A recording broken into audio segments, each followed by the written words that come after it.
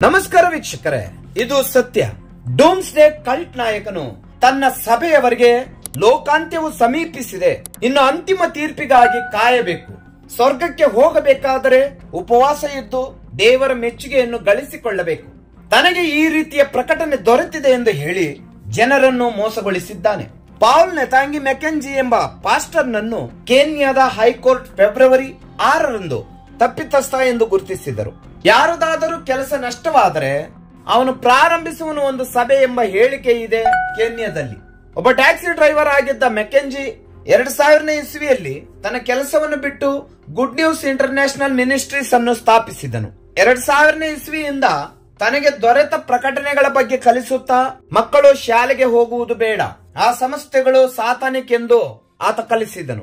ಆಸ್ಪತ್ರೆಗಳ ಸಂಪರ್ಕವನ್ನು ಬಿಟ್ಟು ಬಿಡಲು, ದೇಶೀಯವಾಗಿರುವ ಯಾವುದೇ ದಾಖಲೆಗಳನ್ನು ಮಾಡಿಕೊಳ್ಳುವುದು ಬೇಡ, ಲೋಕಾಂತ್ಯಕ್ಕೆ ಸಿದ್ಧರಾಗಿ ಎಂದು ಮೆಕೆಂಜಿ ಬೋಧಿಸಿದನು. ಪೂರ್ವ ಆಫ್ರಿಕಾ ದೇಶವಾದ ಕೇನ್ಯಾದಲ್ಲಿ 2021ರಿಂದ 2023ರವರೆಗೆ ಈ ವ್ಯಕ್ತಿಯ ಬೋಧನೆಯನ್ನು ಕೇಳಿ ಮಕ್ಕಳು, ಹಿರಿಯರು ಒಳಗೊಂಡಂತೆ 400ರಷ್ಟು ವ್ಯಕ್ತಿಗಳು ತಮ್ಮ ಪ್ರಾಣವನ್ನು ಕಳೆದುಕೊಂಡರು. ಇದಕ್ಕೆ ಕಾರಣ ಒಂದು ಅಂಧವಾದ ವಿಶ್ವಾಸವಾಗಿದೆ. ಡೂಮ್ಸ್ಡೇ ಅಥವಾ ಅಂತಿಮ ತೀರ್ಪಿನ ದಿನ ಎಂದಾಗಿದೆ ಮೆಕೆಂಜಿ ಸ್ಥಾಪಿಸಿದ ಕಲ್ಟ್ ಗುಂಪಿನ ಹೆಸರು. ಗ್ರೂಪ್ ಆಫ್ ಪೀಪಲ್ ಎಂದಾಗಿದೆ ಕಲ್ಟ್ ಎಂಬ ಪದ ಸೂಚಿಸುವುದು.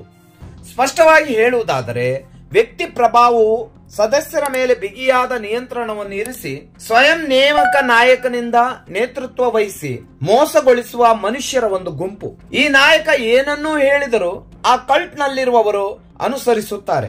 ಬೈಬಲ್ ನಲ್ಲಿ ಹೇಳಿರುವ ಒಂದು ಅಥವಾ ಅದಕ್ಕಿಂತ ಹೆಚ್ಚು ಬುನಾದಿ ಸತ್ಯಗಳನ್ನು ನಿಷೇಧಿಸುವವರು ಸಾಮಾನ್ಯವಾಗಿ ಕ್ರಿಶ್ಚಿಯನ್ ಧರ್ಮದಲ್ಲಿ ಕಲ್ಟ್ಗಳಾಗಿ ಬದಲಾಗುವುದು. ಇವರು ತಮ್ಮ ವಿಶ್ವಾಸವನ್ನು ದೇವರ ವಾಕ್ಯಕ್ಕಿಂತ ಮಿಗಿಲಾಗಿರಿಸಿ ಅವರ ನಾಯಕನು ನೀಡುವ ಉಪದೇಶಗಳನ್ನು, ಬೋಧನೆಗಳನ್ನು ಅನುಸರಿಸಿ ನಡೆಯುತ್ತಾರೆ. ಇದೇ ರೀತಿ ಡೂಮ್ಸ್ಡೇ ಕಲ್ಟ್ ನಲ್ಲಿ ನಡೆದದ್ದು. ಉಪವಾಸವನ್ನು ಕೈಗೊಂಡು ದೇಹವನ್ನು ದಂಡಿಸಿದರೆ ಮಾತ್ರ ಕ್ರಿಸ್ತನನ್ನು ನೋಡಲು ಸಾಧ್ಯ.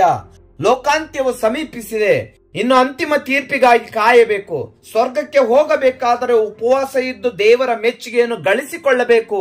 ಇದನ್ನು ಮೀರಿ ಯಾರಾದರೂ ಊಟ ಮಾಡಿದರೆ ಅವನು ಪಾಪ ಮಾಡುತ್ತಾನೆ, ಅವನು ಎಂದಿಗೂ ಸ್ವರ್ಗಕ್ಕೆ ಹೋಗುವುದಿಲ್ಲ ಎಂದು ಮೆಕೆಂಜಿ ತನ್ನ ಅನುಯಾಯಿಗಳಿಗೆ ಬೋಧಿಸಿದನು. ಹೀಗೆ ಕೇನ್ಯಾದ ಮೆಲೆಂಡಿ ನಗರಕ್ಕೆ ಸೇರಿದ ಶಾಖಹೋಲ ಅರಣ್ಯಕ್ಕೆ ಉಪವಾಸವಿದ್ದು ಸ್ವರ್ಗಕ್ಕೆ ಸೇರಲು ಇವರು ಹೊರಟರು. ಕಳೆದ ಏಪ್ರಿಲ್ ನಲ್ಲಿ ಮೆಕೆಂಜಿ ಮತ್ತು ಅವರ ಅನುಯಾಯಿಗಳು ವಾಸಿಸುತ್ತಿದ್ದ 800 ಎಕರೆ ಶಾಖಹೋಲ ಅರಣ್ಯದಿಂದ 400ಕ್ಕೂ ಹೆಚ್ಚು ಶವಗಳನ್ನು ಹೊರತೆಗೆಯಲಾಯಿತು. ಇದು ಜಾಗತಿಕ ಗಮನವನ್ನು ಸೆಳೆದಿದೆ ಮತ್ತು ಧಾರ್ಮಿಕ ಸ್ವಾತಂತ್ರ್ಯಗಳ ಮೇಲೆ ವ್ಯಾಪಕವಾದ ಪರಿಶೀಲನೆಯನ್ನು ತಂದಿದೆ. ಹೀಗೆ 2023ರಲ್ಲಿ ಪ್ರಾರಂಭಿಸಿದ ಸುದೀರ್ಘವಾದ ಹುಡುಕಾಟ ಮತ್ತು ತನಿಖೆಯ ನಂತರ ಕೊನೆಗೆ ಕೇನ್ಯಾದ ಹೈಕೋರ್ಟ್ ಫೆಬ್ರವರಿ 6ರಂದು ಕಲ್ಟ್ ನಾಯಕ ಪೌಲ್ ಮೆಕೆಂಜಿಯನ್ನು ತನ್ನ ಇತರ 29 ಜನರೊಂದಿಗೆ 200ರಷ್ಟು ಮಕ್ಕಳನ್ನು ಕೊಂದ ಪ್ರಕರಣದಲ್ಲಿ ತಪ್ಪಿತಸ್ಥ ಎಂದು ಆರೋಪಿಸಿ ಪೊಲೀಸರು ವಶಕ್ಕೆ ತೆಗೆದುಕೊಂಡರು. ಮಾರ್ಚ್ 7ರಿಂದ ಕೇಸ್ನ ವಿಚಾರಣೆ ಪ್ರಾರಂಭವಾಗುವುದು. ಕಿಂಡಕಿ ಆಂತರಿಕ ಮಂತ್ರಿ ಶಾಖಹೋಲ ಅರಣ್ಯವನ್ನು ರಾಷ್ಟ್ರೀಯ ಸ್ಮಾರಕವಾಗಿ ಪರಿವರ್ತಿಸಲಾಗುವುದು ಎಂದು ಹೇಳಿದರು. ಇದರಿಂದಾಗಿ ಕೇನ್ಯಾದವರು ಮತ್ತು ಜಗತ್ತು ಇಲ್ಲಿ ಏನಾಯಿತು ಎಂಬುದನ್ನು ಮರೆಯುವುದಿಲ್ಲ.